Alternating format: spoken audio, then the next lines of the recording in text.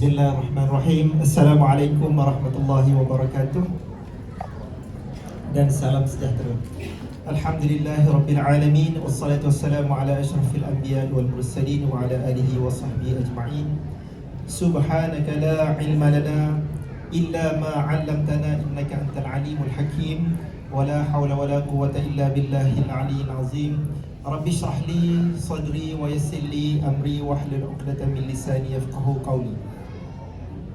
Terima kasih Puan MC. Yang saya hormati Vice President G100 Tuan SJ,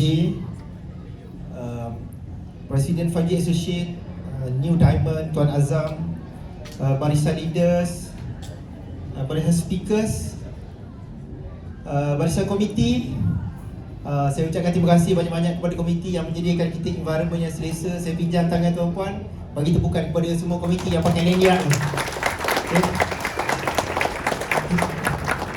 Saya datang ambil speaker bercakap saja, yang sedia everything semua komiti. Okay. Dan saya ucapkan tahniah kepada tuan-tuan dan puan-puan, buat satu keputusan yang penting dalam hidup tuan-puan untuk datang dan belajar. Tuan-puan, perkara yang pertama yang kita kena buat untuk membina kekayaan mesti bermula dengan ilmu.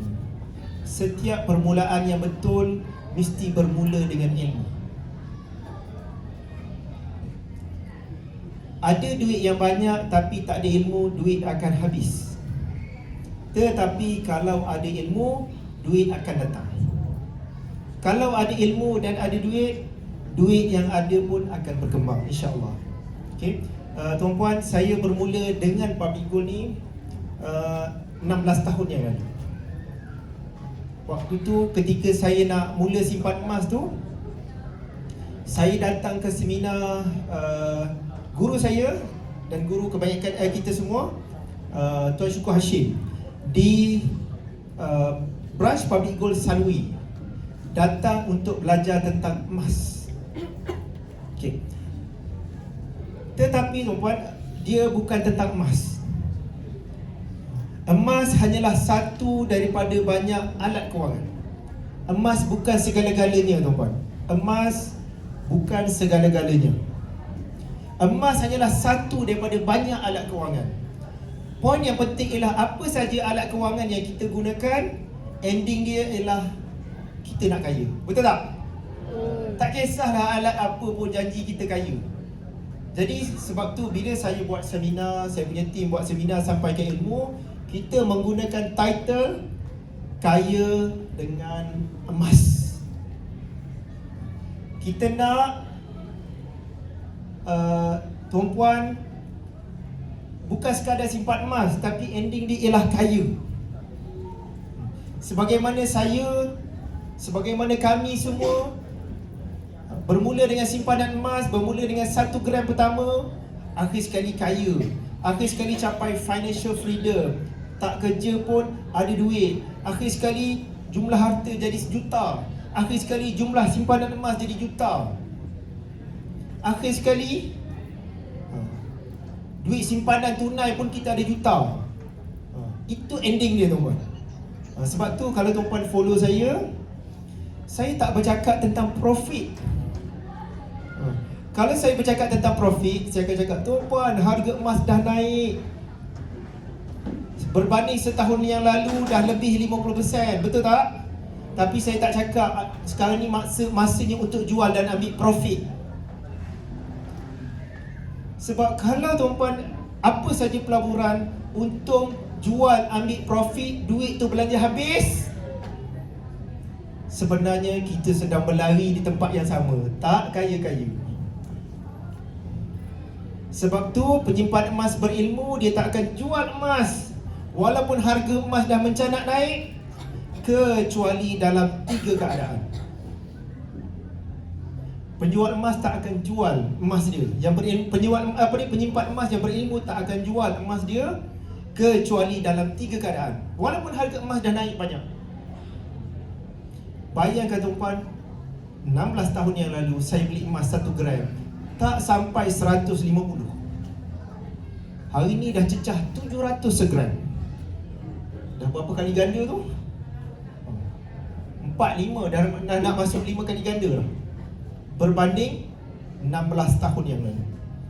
Tapi tuan-puan, realiti daripada 16 tahun yang lalu sampai sekarang, saya tak pernah jual emas yang saya beli, saya simpan dan saya kumpul setiap bulan. Tak pernah jual. Jadi kadang-kadang ada orang yang tak tahu, dia sindir. Kenapa dealer public gold tak jual emas? Sebab dia bukan ada emas. Bukan tuan-puan. Kenapa kita tak jual emas? Sebab nak tuan-puan kaya.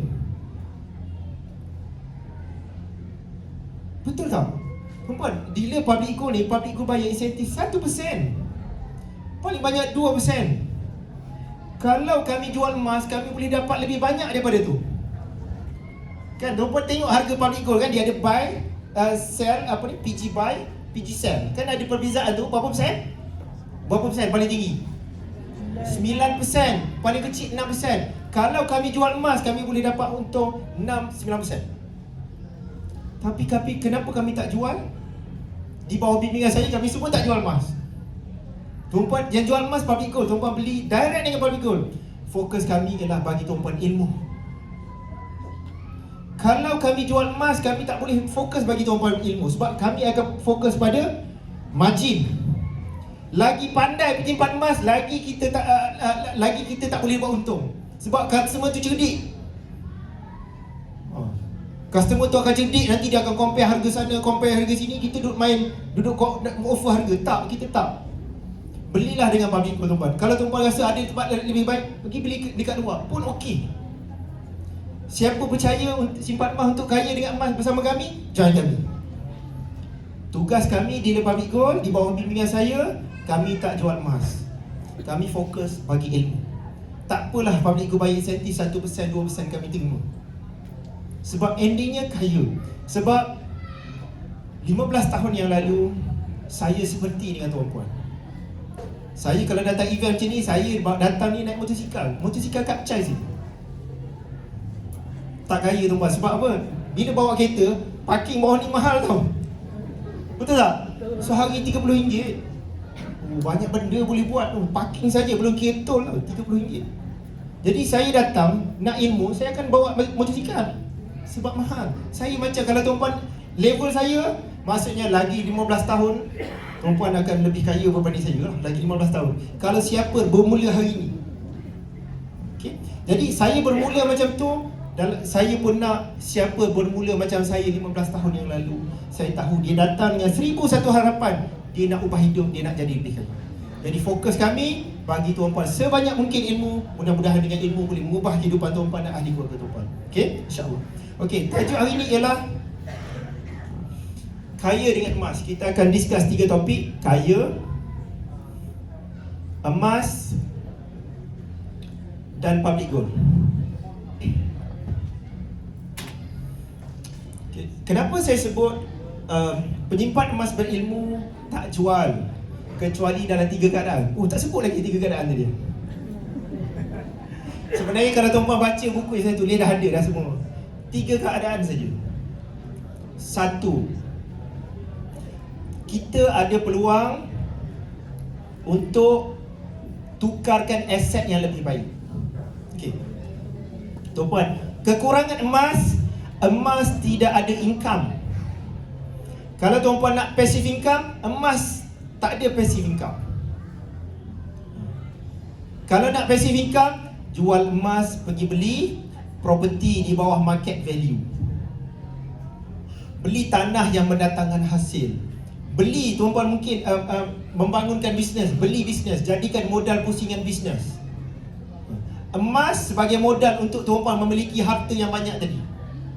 Sebelum kita bercakap tentang memiliki tanah, rumah sewa, bisnes, mesti bermula dengan simpanan dulu. Kena ada simpanan dulu, barulah kita boleh kembangkan harta kepada macam-macam tadi. Okay? Kita tak jual emas kecuali kita ada peluang untuk tukarkan kepada aset yang lebih baik, yang ada cash flow. Okay? Saya tak sarankan tuan-puan simpan emas sampai berpuluh-puluh kilo, tak. Satu keluarga 1 kilo cukup. Selebihnya convert kepada harta-harta yang boleh mendatangkan cash flow. Rumah yang boleh disewakan, tanah yang mendatangkan hasil, membangunkan bisnes, gunakan emas untuk itu semua. Okay? Ending tak kerja pun ada passive income daripada rumah, daripada tanah yang mendatangkan hasil. Tuan-tuan katalah ada tanah kebun, kelapa sawit, ada tanah getah, ada tanah kelapa yang mendatangkan hasil. Saya tak sebut beli tanah yang tak ada hasil yang jadi beban tu, bukan. Tanah yang mendatangkan hasil. Okay? Ending kita tuan-tuan, okay, hari ni kita semua kerja, ada gaji. Akan tiba satu point yang kita semua tak ada gaji. Betul tak? Masa tu pasti tuan-tuan, kerja kerajaan ke, kerja swasta ke, akan tiba satu point semua kita tak ada gaji. Mungkin faktor usia, umur kita dah tua, tak ada orang nak ambil kita kerja. Faktor kesihatan, faktor musibah yang terjadi dalam hidup kita, ataupun musibah terjadi kepada ahli keluarga kita yang tak membolehkan kita untuk bekerja lagi. Point tu akan tiba. Waktu tu macam mana kita nak survive? Hanyalah dengan harta yang kita miliki saja. Berapa banyak tabungan yang kita ada, berapa banyak harta yang kita miliki, dan berapa lagi beban hutang yang kita tanggung. Okay, jadi formula kekayaan yang tuan-tuan kena faham,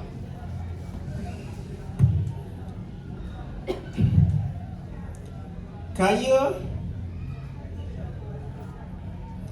tabungan, tambah harta, tolak hutang.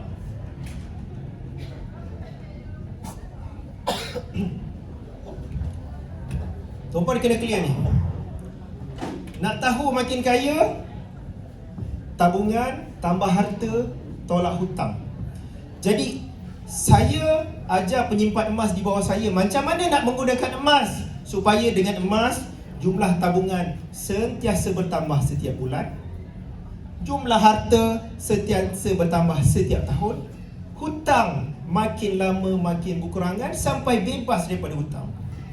Alhamdulillah, saya bebas hutang pada umur saya 27 tahun sebelum saya kenal public good. Tuan-tuan, saya seorang mahasiswa 20 tahun yang lalu. Habis belajar je dah ada 3 hutang. Loan PTPTN, loan Yayasan Pelajaran Johor, saya anak kelahiran Johor. Siapa orang Johor? Orang Johor, bangsa Johor. Tapi saya membesar di Kelantan. Mak saya orang Jawa, ayah saya orang Kelantan, saya anak jantan. Jawa campur Kelantan kan?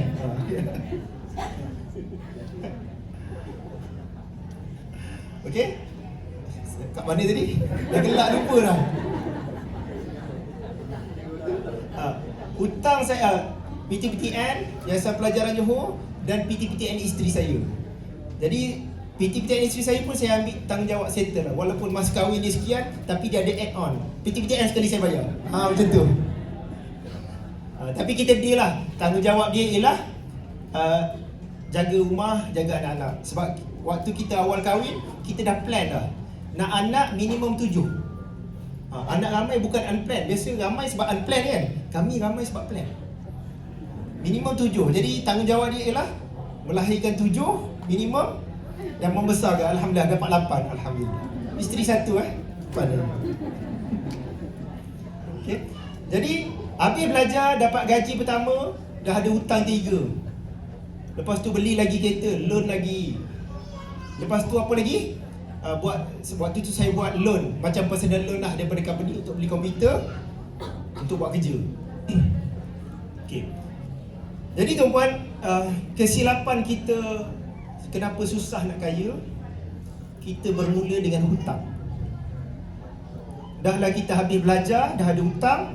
Yang lepas tu kita beli kereta paling mampu. Dah dapat gaji pertama, pergi tanya bank, apa kereta yang paling mampu? Sekian-sekian. Kita pun beli maksimum. Anak-anak muda kalau boleh beli Honda, Honda lah. Berapa maksimum? Lepas beli kereta, bulan-bulan makan Maggi. Sanggup. Ada orang sanggup macam tu Naik lagi gaji, apa kita buat? Bahaya. Sekarang rumah makin lama makin mahal. Pergi beli rumah paling mampu, duduk ceruk jauh pun tak apa. Rumah paling mampu, nanti akan datang kita tak ada tempat berteduh kalau kita tak beli rumah. Kononnya itu pun belilah rumah, asal elok-elok sewa rumah dekat dengan tempat kerja, 800 sebulan. Tuh pergi jauh tu, habis kos 2000 sebulan untuk waktu berulang, sanggup sejam setengah satu hala untuk pergi kerja. Sebab takut rumah makin mahal. Last kali dapat gaji, tak ada simpanan, semuanya untuk bayar hutang. Dah tak boleh nak buat apa, tak ada buffer. Jadi tuan-tuan kena ingat, kaya maksudnya tabungan, tambah harta, tolak hutang. Tak menabung, whatever good reason, tak akan kaya. Salahkanlah sesiapa, kerajaan salah, bos salah, majikan salah, ekonomi salah, tak menabung, tak akan kaya. Simple. Jadi waktu saya tengah miskin tu tuan-tuan, saya pergi, Allah rezekikan saya rajin pergi dua tempat ni. Satu kedai komputer dekat Loyak, lepas tu kedai buku Jalan Tuanku Abdul Rahman, Pustaka Minerva. Ada lagi kedai ni. Di kedai buku tu lah saya terbaca satu buku, tajuk,nya Jutawan dari Planet Jupiter. Tuan-tuan, dulu susah nak jumpa buku tentang keuangan. Satu tu je yang saya jumpa waktu tu, Jutawan dari Planet Jupiter. Satu, title dia menarik perhatian saya, Jutawan. Yang kedua, dari Planet Jupiter. Ini luar biasa ni. Okay? Tulisan guru saya, Tuan Azizi Ali, yang sekarang ni adalah dealer public gold. Tuan Azizi Ali adalah dealer public gold lah. Okay. Jadi saya baca lah tuan-tuan, dalam buku tu dia sebut apa? Nak kaya mesti menabung. Selagi tak menabung, berapa besar pun pendapatan, selagi tak menabung, tak akan kaya. Jadi saya kira duit tak cukup, gaji 1000 lebih, nak bayar loan lagi ada 5, nak sewa rumah tak mampu lagi waktu tu. Tumpang rumah nenek dekat Gombak, mana ada duit nak menabung? Kalau menumpang rumah nenek dah gaji kecil, baru dapat 2 kali gaji dah kahwin dah. Kahwin pun pakai modal duit PTPTN yang masih balance. Itulah modal nak kahwin waktu tu. Isteri tak boleh belajar lagi. Jadi tak ada duit tuan-tuan, punyalah tak ada duit. Kalau nenek beli roti sweetie tu, ya Allah rasa happy je dapat makan roti. Tak ada duit nak beli roti sweetie pun tak ada duit. Saya tengok jalan-jalan di rumah kawan beli air kotak Dash Lady, saya rasa mewah hari ni. Bayangkan tuan-tuan, air kotak Dash Lady pun saya rasa mewah. Punyalah miskin waktu tu. Tak payah cerita lah apa ni, makan lamb chop tu lah. Macam anak-anak muda ni, lamb chop ni makan hari-hari. Sebab dia orang kaya waktu muda. Punya miskin waktu tu tuan-tuan. Tapi Alhamdulillah, asbab ilmu tu, saya baca buku, saya ubah keuangan saya. Sebab tu siapa yang cakap, orang yang tak kenal saya, bila saya cakap tak cukup duit pun menabung, oh tuan bolehlah cakap sebab tuan kaya. Tak, saya cakap tak kaya pun boleh menabung. Ada ilmu dulu, ada ilmu mesti ada duit untuk menabung. Sebab apa? Kita nak menabung emas tanpa ilmu. Sebab apa? Kita belajar, dapat gaji,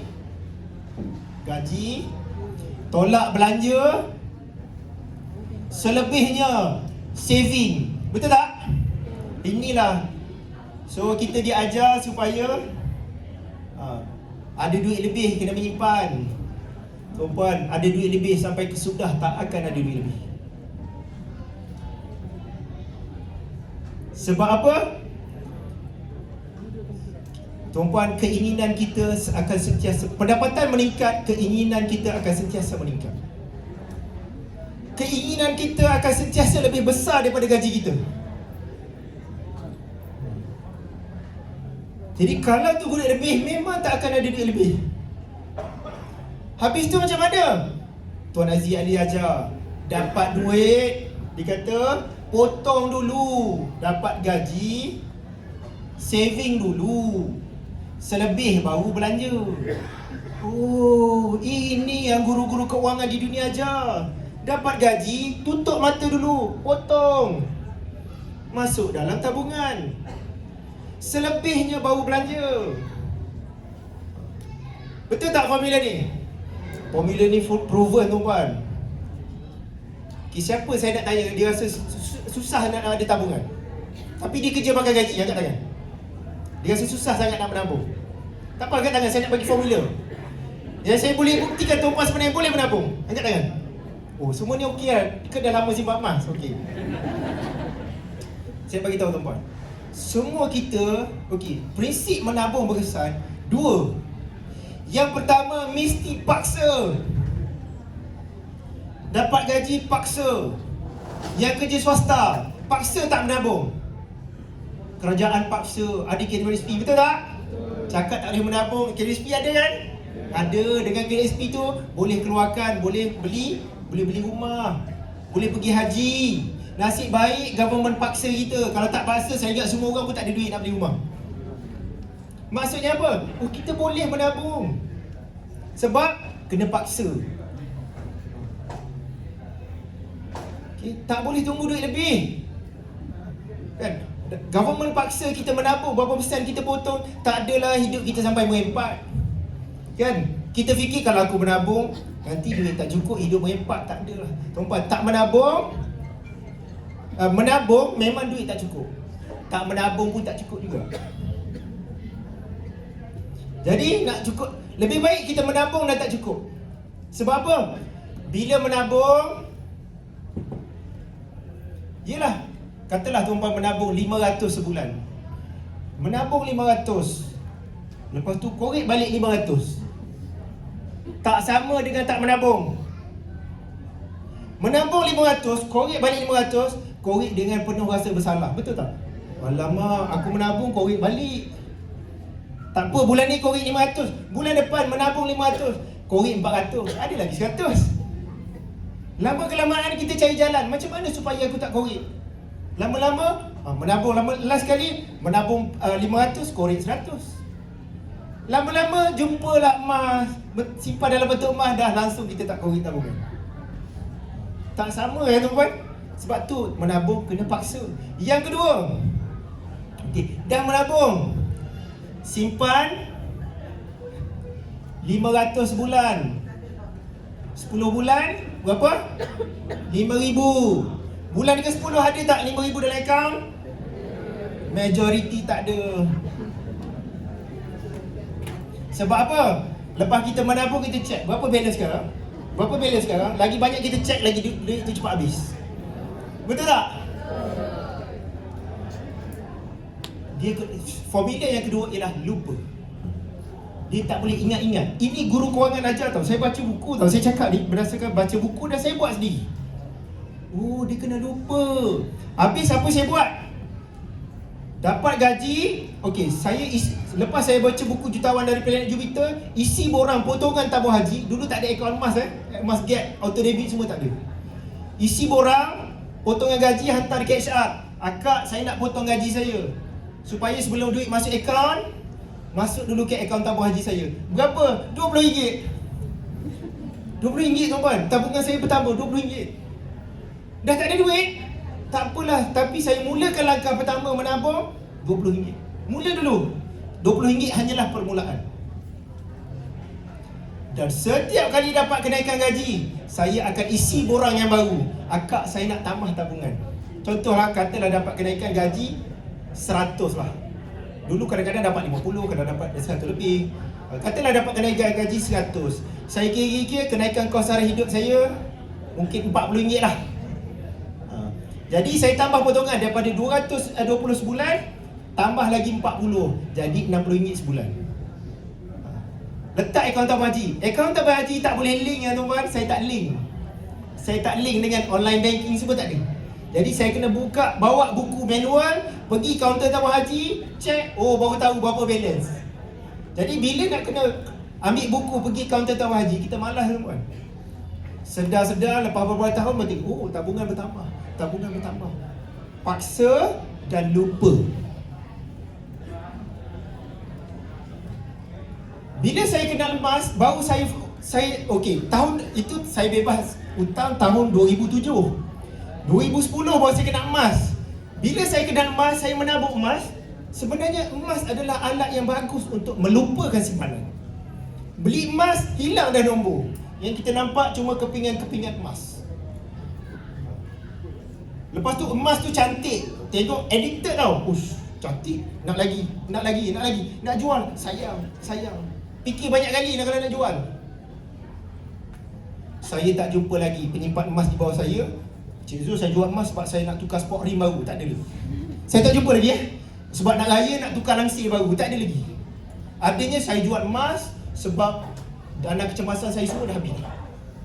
Yang kedua, simpan emas ni betul. Saya tak habis lagi poin tadi.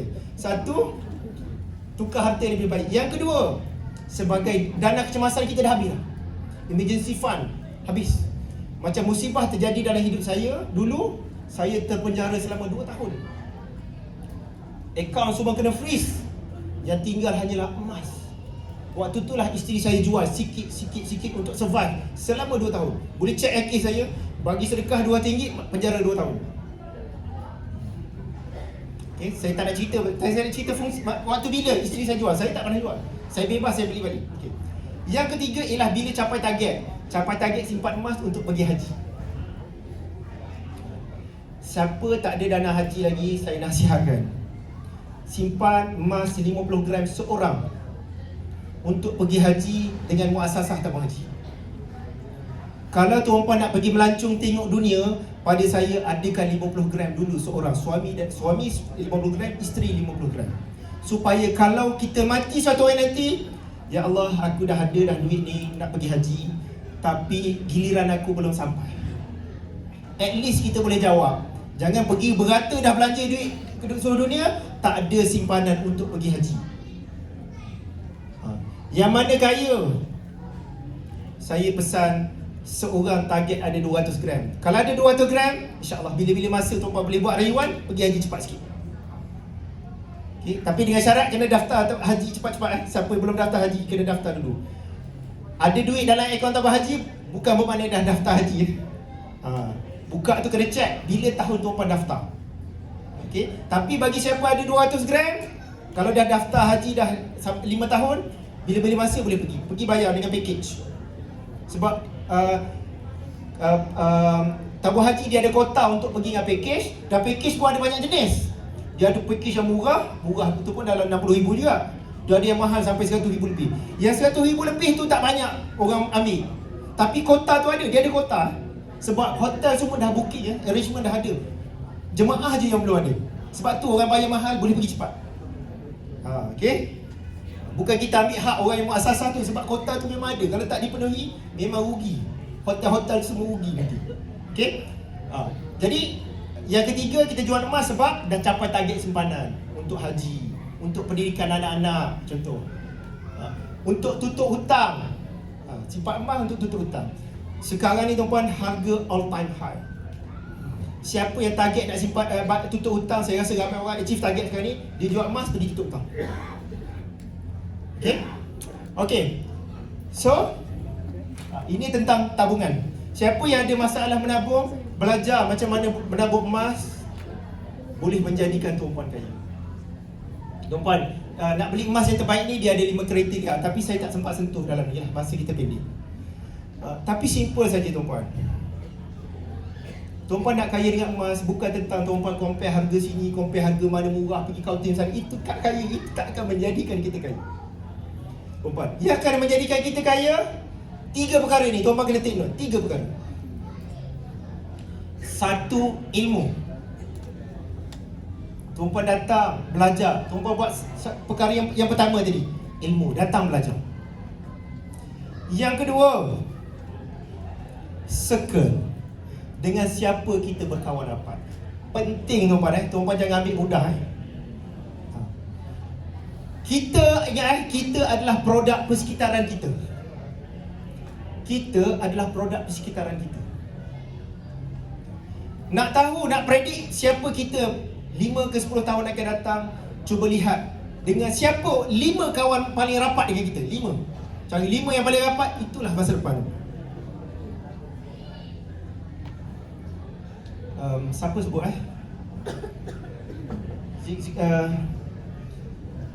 tokoh guru kewangan lah. Dia kata, show me your friend, I will tell your future. Show me your friend. Siapa kawan kamu, saya akan beritahu future kamu kat mana. Jadi yang kedua ialah dengan siapa kita berkawan rapat. Contoh, tuan-puan, kenapa kita buat seminar macam ni? Walaupun kita boleh buat secara online, tujuan dia ialah supaya tuan-puan ada circle yang baru. Sama-sama nak menabung, sama-sama nak membina harta, sama-sama nak bebas hutang. Kena ada circle yang sama-sama, tuan-puan. Masing-masing bercakap tentang kekayaan, financial freedom. Ada 1 juta yang pertama.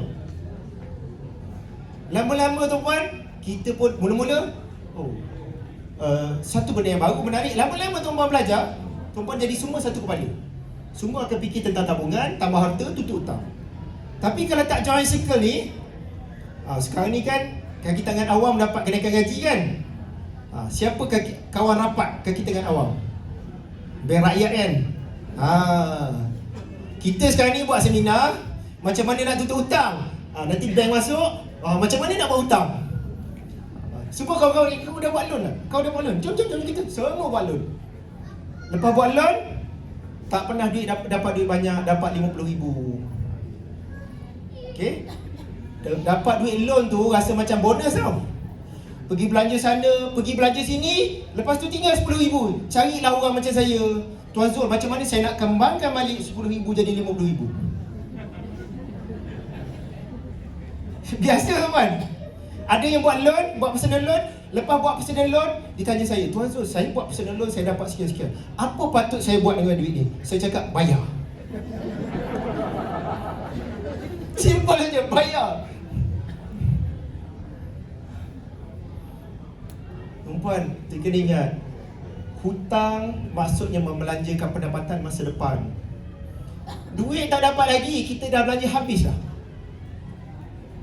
Pay later kan? Pay later, hutang. Nanti, lama-lama tuan-puan kena bekerja sebab nak bayar balik apa yang tuan-puan dah belanjakan dulu. Jadi dapat gaji untuk bayar hutang saja. Kerja pun dah tak happy tau. Saya bulan 2 ni, Jabatan Kerajaan jemput datang sampai ke seminar. Sebenarnya banyak Jabatan Kerajaan jemput saya sampai ke seminar. Sebab masalah kaki tangan kerajaan, hutangnya banyak. Saya tolak-tolak macam tu lah.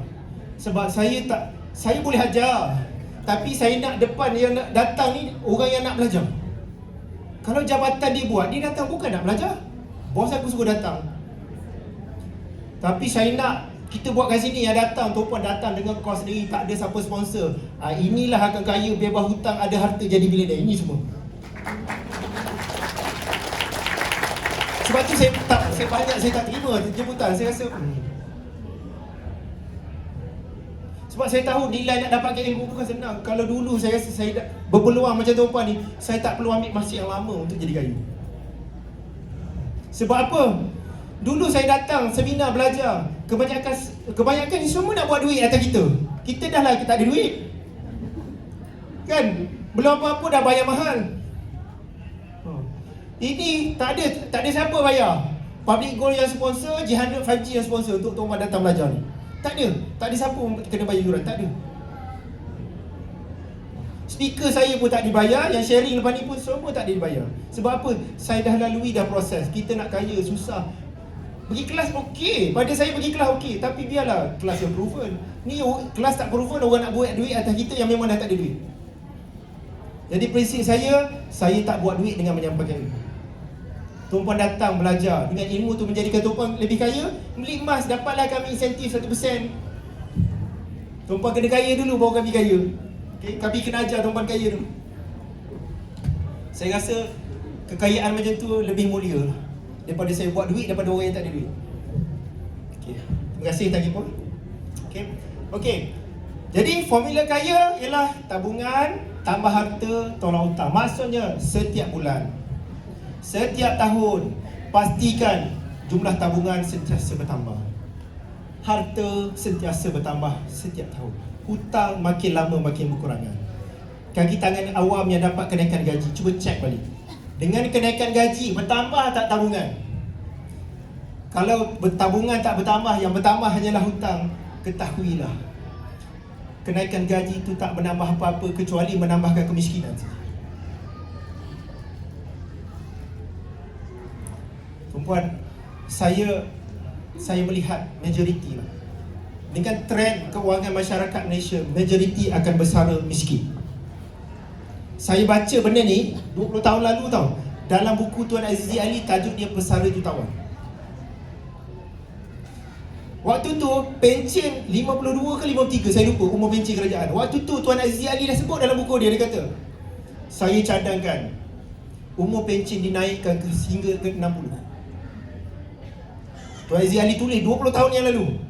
Dan dia cakap apa? Suatu hari nanti kerajaan kita tak mampu lagi bayar pencen. Hari ni jadi tak? Yang kerja baru semua tak ada pencen, betul tak? Dia dah sebut dulu lagi. Tahun 2003 lagi saya dah baca Tuan Aziz sebut. Kenapa dia boleh sebut, boleh predik? Sebab dia dah baca lebih 1000 buah buku tentang kewangan seluruh dunia. Bila dia ada ilmu, dia boleh nampak masa depan, boleh predik. Last kali semua tak ada pencen. Jadi dengan behavior masyarakat kita, dengan hutang, SP letter, macam-macam yang ada sekarang ni, majoriti akan bersara miskin. Sebab apa? Bila ramai banyak ada hutang, semua orang fikir tak apa, suatu hari nanti aku dapat pencen, dapat gratuity, waktu tu aku guna duit tu untuk tutup hutang. Dia tak fikir nak hidup lagi 15 tahun nak pakai duit mana. Tuan-puan, miskin usia muda itu pengalaman yang mahal. Enjoy, belajar. Tetapi miskin pada usia yang tua, yang tak ada siapa dah nak ambil dia bekerja, ini adalah penjara kehidupan. Kenapa saya selalu sebut macam tu? Banyak orang berusia kontak saya, Tuan Zul, saya ada masalah hutang. Saya kata tak ada masalah puan, puan ada masalah hutang, kerja, bayar macam biasa. Lama-lama akan habis. Tapi Tuan Zul, saya dah berusia, tak ada siapa nak ambil saya kerja. Tuan-puan, saya tak ada solution. Tak ada income, ada hutang yang banyak, macam mana nak selesai? Saya tak ada magic. Ramai datang dengan saya untuk belajar formula bebas hutang. Tuan-puan nak tak formula bebas hutang? Saya bagi. Take note. Formula paling berkesan untuk bebas hutang ialah bayar.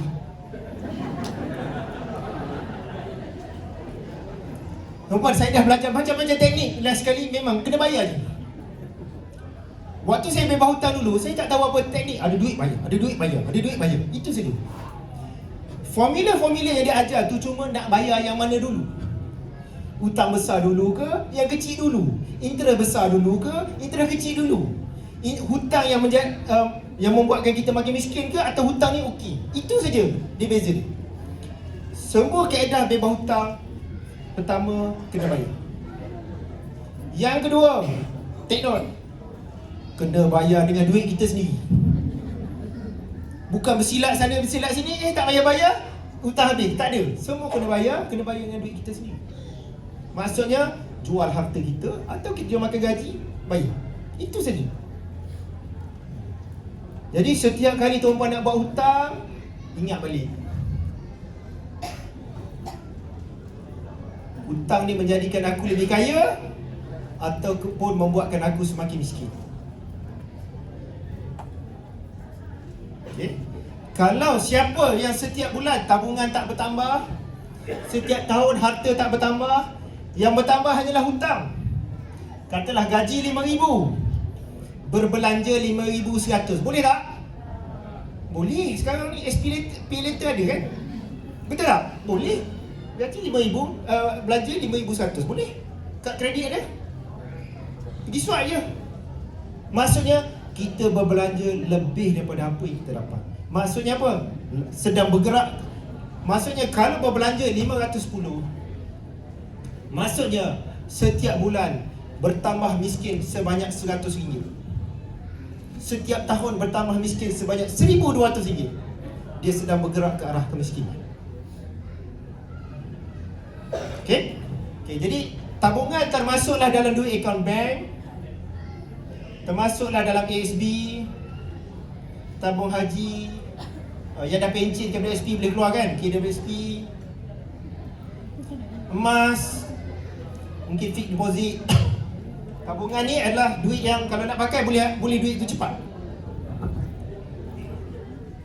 Tuan-puan, Siapa yang tak tahu tentang keuangan, yang tak ada ilmu, tak baca pun mana-mana buku tentang keuangan, nasihat saya, especially orang yang pencen, nasihat saya ialah cukuplah simpan duit dalam SB, tabung haji ke dalam SB cukup. Itu the best, tuan-tuan.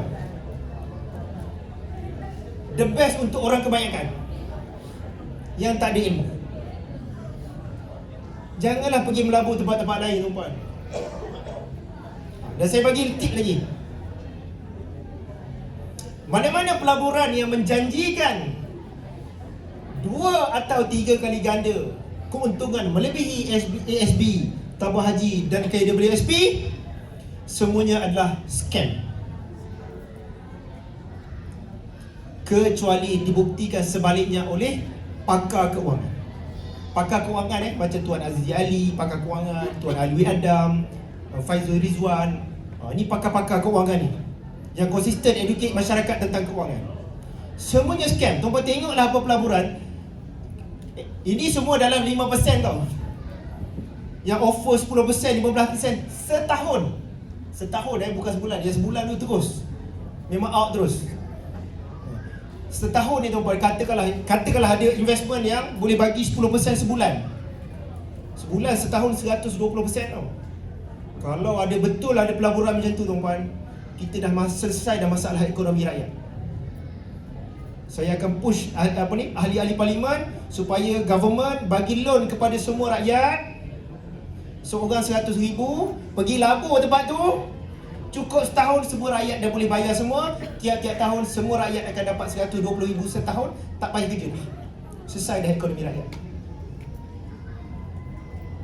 Tapi realiti tak wujud. Yang offer 10% sebulan, semuanya scam. Tak kisahlah ustaz tu dah join, bekas polis tu dah pun join juga, tak kisah. Ini bekas orang bela negara, tak kisah. Semua tak boleh pakai kecuali dibuktikan sebaliknya oleh pakar. Macam mana nak tahu dia pakar? Ada pakar lain yang mengesahkan dia pakar. Ada pakar yang lain. Saya bukan pakar, tapi kalau yang cakap tu saya pakar, Tuan Zaidi cakap saya pakar, Tuan Faizul cakap saya pakar, Tuan Alwi Adam cakap saya pakar, maksudnya tuan-tuan boleh relax. Sebab ini bukan partner saya. Ni independent pakar ni. Tuan Azizi Ali cakap saya pakar, maksudnya pakarlah sikit untuk masyarakat lah. Okey? Jadi tuan-tuan kena ingat, bila nak letak duit, prinsip ni tuan-tuan kena pakai. Kaya penting, yang lebih penting tak jatuh miskin. Ingat nak letak duit KWSP, dapat duit KWSP banyak, dapat duit pencen, gratuity banyak. Nak letak duit, cuba fikir. Kalau kaya tu penting, tapi lebih penting tak jatuh miskin. Kalau lebur ni aku okey ke tak? Kalau lebur semua duit ni aku boleh jadi gila, jangan letak duit tu. Letak dari SB, KWSP, tabung haji. Okey? Okey. Harta ialah apa yang ada cash flow. Cash flow ni maksudnya apa sahaja yang kita miliki menyebabkan duit masuk ke poket kita. Apa saja. Contoh, rumah. Miliki rumah, ada income sewaan, sewa. Tanah, ada hasil, ini adalah harta. Mungkin tuan-tuan memiliki bisnes, tuan-tuan adalah owner, tuan-tuan ada team management, bisnes jalan sendiri, tuan-tuan dapat dividen sebagai contoh, income daripada bisnes. Apa lagi? Harta intelek, intellectual property. Contoh, buku. Tulis buku, saya penulis buku. Penulis buku ni ada buku saya tulis sekali saja. Tetapi disebabkan saya tulis sekali, duit datang kepada saya berkali-kali walaupun saya tak jual buku dalam bentuk royalty. Saya tulis sekali je. Buku Wang Emas Misi Bayar Hutang saya tulis sekali je tahun 2017, 2018. Sekali je saya tulis. Tetapi dalam income yang masuk daripada buku tu, walaupun saya tak jual buku, banyaklah tuan-tuan. Saya tak kerja pun saya dapat duit banyak di situ. Saya tulis tu sebenarnya bukan saya nak buat duit. Galeri Ilmu, penerbit kontak saya. Dia kata, Tuan Zul punya ilmu ni banyak follower, banyak pembaca. Ilmu ni kalau tak dibukukan, dia akan hilang. Dia kata, why not kami bukukan? Okey lah, dia buat. Dia minta saya sign dia. Saya semak-semak, dah terbit buku itu je. Based on apa yang saya tulis dekat blog, dia susun, dia jadi satu buku bermanfaat untuk masyarakat. Okay, tulis buku, ini adalah intellectual property, kita dibayar royalty. Termasuk juga business public goal. Okay, business ni termasuk public goal. Buat bisnes sekali saja, walaupun kita mati, ada lagi penyimpan emas di bawah kita masih menabung emas, public goal akan bayar royalty walaupun kita dah mati. Okay, ada buku tak Abdul Rahman, hadiah persaraan Mu'min? Ada? Siapa ada tolong bagi kat saya. Ni nak cerita murid saya, dia public goal, dia mati 2 tahun lepas. Siapa ada buku, minta saya pinjam. Hadiah persaraan buat Umi. Ada? Tak apalah, saya cerita-cerita dia. Nanti tuan-tuan cari buku tu. Abdul Rahman ni, murid saya, dia datang belajar macam tuan-puan ni masa umur dia 18 tahun. Dia sebaya lah dengan Azam Azim, lebih kurang sebaya. Oh, dia senior setahun. Okay, umur dia 18 tahun, dia dah datang belajar macam ni tau. Datang belajar, join training dealer. Dia follow rapat-rapat dah ilmu saya. Saya cakap, Man, waktu dia belajar universiti, Man, saya kata, belajar, fokus, buat business public goal, buat betul-betul. Saya kata nanti grad, Man, make sure ada sekurang-kurangnya 1000 penyimpan emas. Nanti grad, Man dah tak payah kerja pun, income lebih besar daripada pergi kerja makan gaji. Waktu dia grad, tuan-tuan, passive income dia dengan public goal pun dalam 3 ke 5 ribu sebulan, average. Jadi bila dia nak pergi kerja, bayangkan, pergi kerja nak dapat gaji tu 3,000, kena pergi kerja. Ini public goal tak payah pergi kerja. Jadi saya cakap, Man, tak payahlah buat public goal full time. Saya tu suruh dia belajar tentang financial untuk ambil certification. Sebab apa? Saya nak beliau ni gantikan tempat saya. Sebab arwah Abdul Rahman ni, anak muda dia hafiz Quran, hafiz Quran. Dia boleh, kalau dia bercakap tu, orang akan dengar, ni Tuan Zul cakap, macam tu. Dia boleh imitate saya. Dia sangat pandai untuk copy saya. Jadi saya cakap, one day kalau saya tak ada, Man lah yang akan ganti tempat saya lah. Tetapi Allah lebih sayangkan dia, beliau meninggal 2 tahun yang lalu pada usia 25 tahun. Waktu tu penyimpan emas di bawah dia ada lebih kurang 2,200, tak silap saya. Dia meninggal September 2023. Bulan Oktober 2023 sampai sekarang, mak dia masih mewarisi passive income tak kurang 5 ke 10 ribu sebulan sampai sekarang. Ini arwah Abdul Rahman. Okay, ada cerita dalam buku tu. Okay. Business public goal ni pun termasuk sebagai harta. Kita memiliki bisnes sekali, lepas tu dapat income berkali-kali. Okay, ini yang ada harta yang ada cash flow. Hutang. Okay, hutang ni tuan-puan, kalau tuan-puan ada hutang yang banyak, tuan-puan ada loan, bank loan yang banyak, sebenarnya apa tuan-puan? Sebenarnya bank tahu kalau tuan-puan tak buat hutang, tuan-puan boleh menabung dengan jumlah yang banyak. Contoh, tuan-puan ada loan 100,000, sebenarnya bank tahu kalau tuan-puan tak buat loan, tuan-puan boleh menabung 100,000. Tuan-puan ada loan 500,000, bank tahu dalam jumlah yang sama kalau tuan-puan tak buat loan, tuan-puan boleh menabung sebanyak 500,000. Tetapi apa? Kita tak nampak potensi. Jadi tuan-puan kena ingat, kalau tuan-puan ada hutang yang banyak, sebenarnya tuan-puan berpotensi menabung dalam jumlah yang banyak. Setiap kali bank offer loan, tuan-puan kena ingat, bank bukan tolong orang susah. Bank bukan tolong orang susah. Bank akan tolong kita sampai kita susah. Betul tak? Tuan-puan, dulu saya muda-muda tengah miskin dulu, nak apply kad kredit punyalah payah, apply sana tak dapat, apply sini tak dapat. Padahal saya nak guna kad kredit tu untuk online transaction, mode of payment saja. Bukan dapat hutang, tak lepas. Tengok gaji kecil, tak lepas. Sekarang kaya tuan-puan, tiap bulan mesti dapat bank ni. Tuan nak tak pakai cash? Tuan nak tak pakai cash? Tiap-tiap bulan bank call. Macam-macam offer. Tuan-puan kena ingat, bank tak tolong orang susah. Dia tolong kita sampai kita susah. Senang, ambil loan. Senang, ambil loan. Senang, ambil loan. Susah, okay, bye-bye. Ada tak bank tolong orang susah? Ada? Tak ada. Okay, bank tak tolong orang susah, tuan-puan. Kalau tuan-puan susah, bank tak nak layan, tuan-puan. Kalau senang, bank akan datang. Jadi tuan-puan, ketika bank cari tuan-puan, kena ingat, aku tengah senang. Bank tengah cari tuan-puan, dia ingat, aku tengah senang ni. Aku nak jadi hamba bank ke dengan buat loan, ataupun aku nak tambah tabungan. Okey? Okey. Jadi hutang ni tuan-puan, saya adalah cerita dalam buku Misi Bebas Hutang tu. Dia macam-macam teknik. Tapi teknik yang paling saya suka dan saya rasa paling efektif lah untuk kebanyakan orang ialah teknik snowball. Teknik snowball ni, kita fokus tutup hutang paling kecil dulu.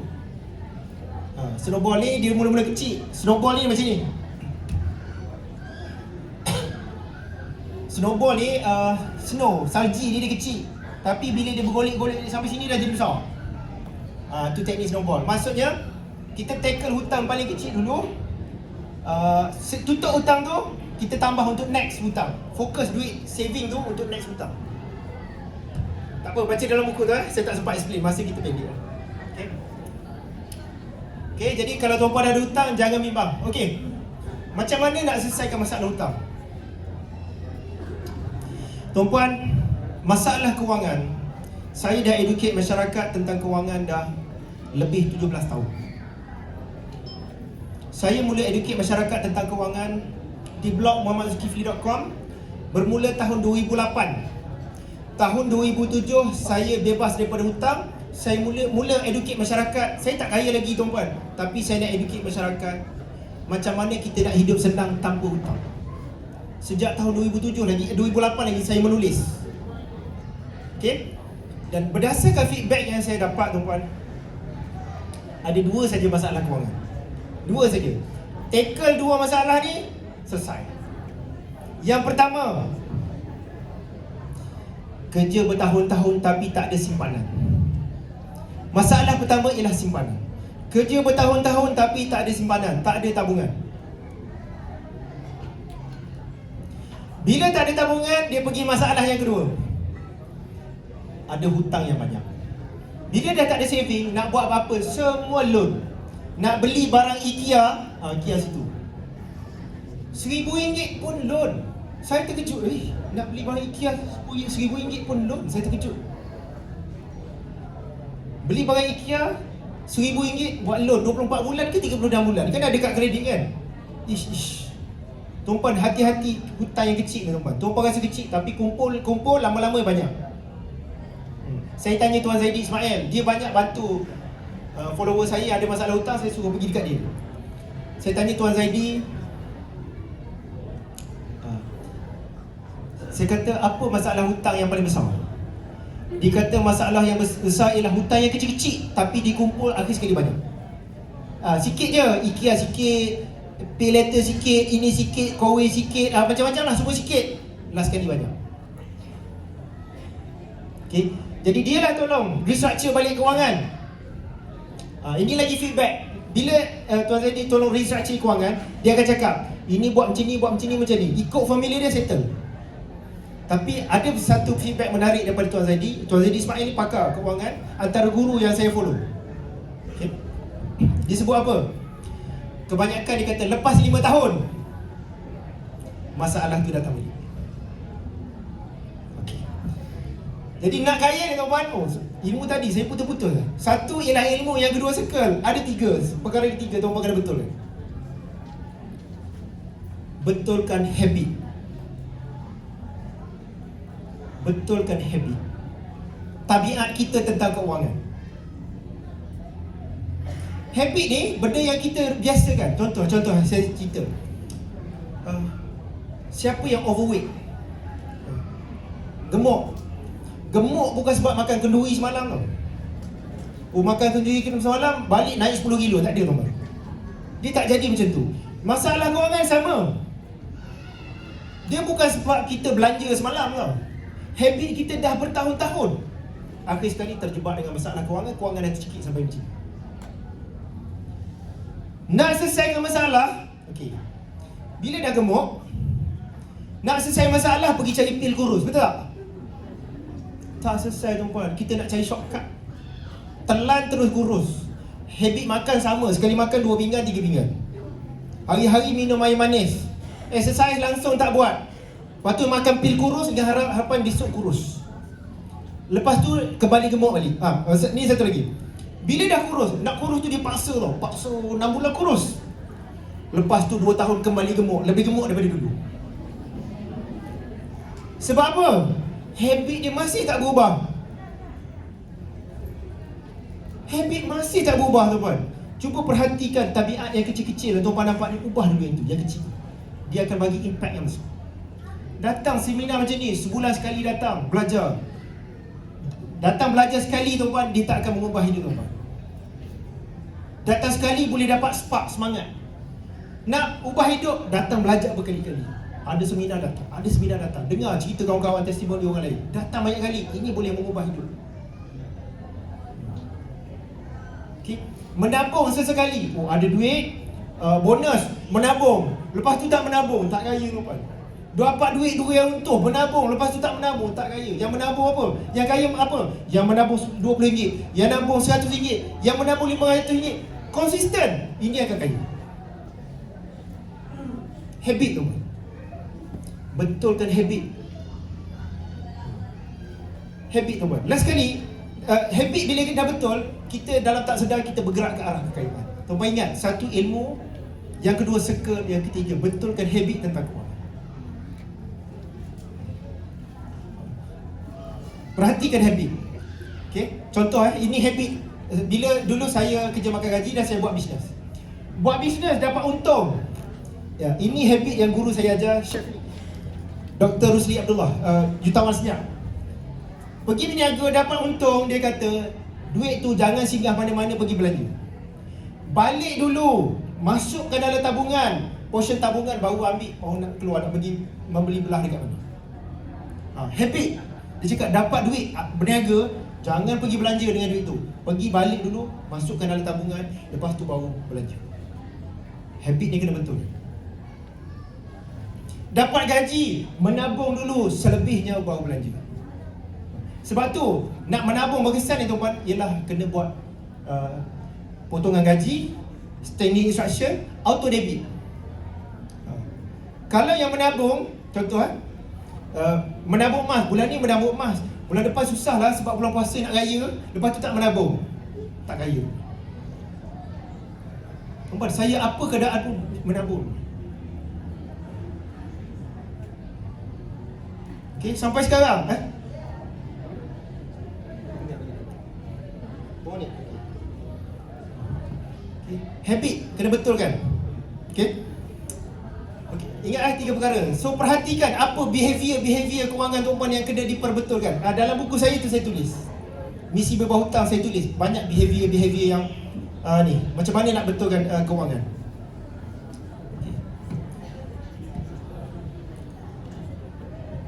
Okay, next. Yang kedua, next kita bercakap tentang sekarang ni tabungan lagi kita ambil ni. Tabungan berapa banyak kita ada? Sekurang-kurangnya 3 bulan gaji. Siapa tak ada tabungan, tabungan pertama dia kena target ialah 3 bulan gaji. Selagi tak ada 3 bulan gaji, tak payahlah buatlah tabungan pendidikan anak-anak, tabungan haji, semua tak payah. Kita kena ada emergency fund dulu. Anything happen, kita boleh bertahan sekurang-kurangnya 3 bulan. First, siapa tak ada 3 bulan gaji, tak perlulah ambil polisi takaful yang macam-macam tu. Sebab sebelum kita ambil perlindungan, kita kena ada duit nak makan dulu. 3 bulan gaji. Pada saya lah, tuan-puan nak ambil polisi takaful insurans tu, ada 3 bulan gaji dulu. Kalau tak, nanti tuan-puan ambil polisi yang macam-macam, last sekali duit tabungan tak ada. Tuan-puan tuan-puan ada insurans tapi tak ada duit, nak masuk hospital pun dia minta deposit tau. Bukan ada kad tu boleh terus masuk, dia minta deposit tau. Okay, so duit 3 bulan gaji kena ada. Dah ada 3 bulan gaji, pergi target 12 bulan.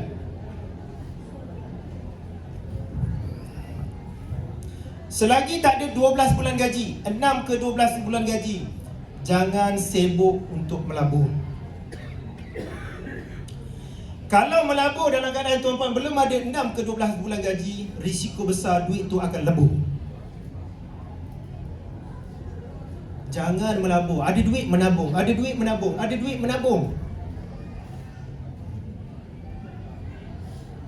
Tuan-puan, pengalaman saya boleh katakan majoriti daripada kita lebih kaya kalau tak melabur.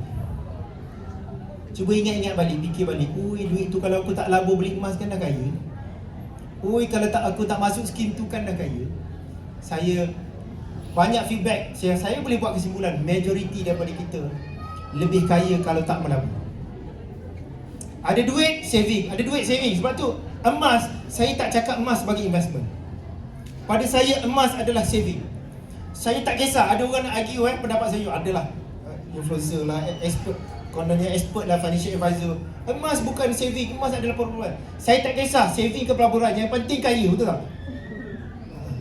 Tak kisah betul ke saving ke pelaburan, tak kisah, yang penting kaya. Saya tak nak habis debate benda tu. Yang penting ada emas, kita kaya. Itu paling penting. Okey? Jadi sebab tu bagi saya emas adalah saving. Beli emas, saya tak cakap tuan-puan, okey, katalah tuan-puan ada 200,000. Oh, beli sekarang 200,000. Tak. Belilah sikit 5%. Belilah dulu 20,000.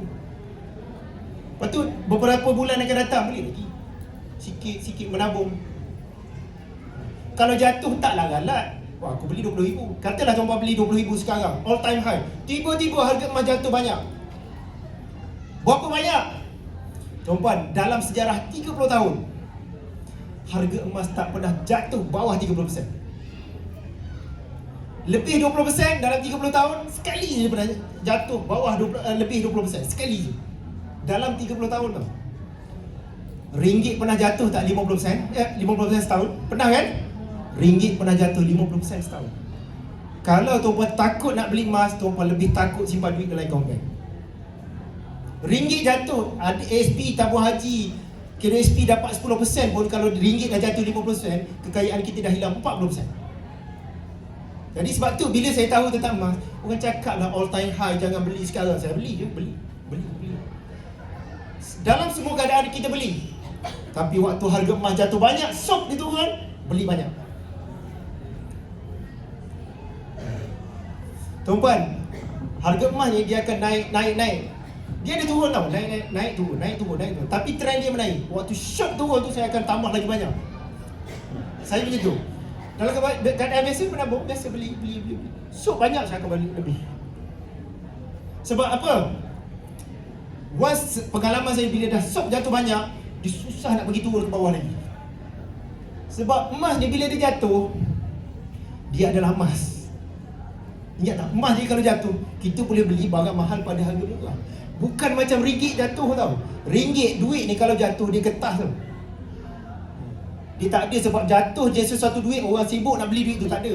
Emas bila jatuh, orang pergi serbu kedai emas tu. Sebab tu penting ada ilmu tuan-tuan. Daripada dulu tuan-tuan, dulu lagi waktu harga emas dalam RM150 per gram, RM180 per gram, semua so-called pakar ni pada analisis cakap jangan, all time high, jangan beli sekarang. Saya cakap saya ada ilmu, saya belajar lah fundamental analysis, baca news apa semua, saya tahu